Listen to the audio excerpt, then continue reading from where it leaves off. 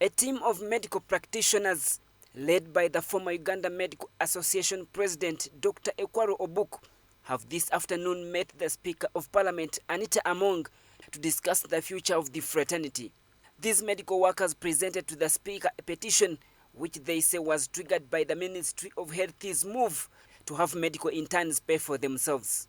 The medical interns have spent about a year at home waiting for deployment after the Ministries of Health and Finance said that there are no funds to cater for their deployment.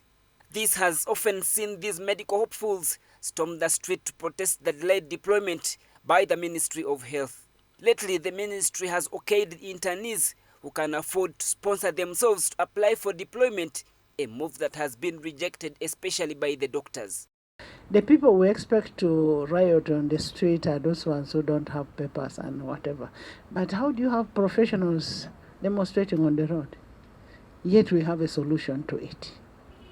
We have a solution. The solution is deploy them. They do the internship. Government has set aside 22 billion shillings in the forthcoming financial year to clear areas for medical interns and senior house officers. This, however, does not cater for the deployment of the pending group, which requires about 60 billion shillings. Speaker Among says the House is waiting on the budget from the line Ministry of Health, to see how many students are pending deployment. This is said to be the basis for the appropriation of the required funds. The Speaker says unless the Ministry of Health prioritizes the medical workers, then Parliament finds it hard to allocate them money. Now, if government does not give us business and tell us, look, we have 1,900 interns that need to be paid, we cannot budget. And we do not initiate, I want to put this right, we do not initiate a budget. Our work is at the tail end to know how many interns are there. And that's why I was telling you that we cannot know the number because we do not supervise you. They come with a number, with the figures. We look at the figures. We look at priorities. After getting priorities, we allocate funds.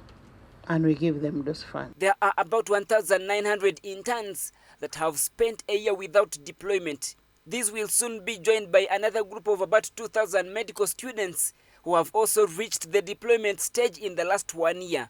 These said they cannot be employed anywhere since they are not qualified. When we saw the appropriation, it was lacking. It had arrears, but it was lacking money for the incoming lot, about 60 billion. The incoming interns are actually the ones that have just finished medical school right now. Right now we have a figure of about 4,000 medical interns. These guys who have been waiting for 1 year, and then the guys who have just finished, who, if these are deployed now, because the internship takes 1 year, will also be taking another year for deployment. So because we've tried to look for casual labor, but everyone asks you, how long are you going to be here? Because we have to eat, we have to feed, we're adults, and we cannot keep being at home. But everyone asks you for how long are you going to be here so that we can employ you in the other things you can do. Personally, I'm very good at ICT, but everywhere I go to seek employment, they ask me, how long are you going to be here?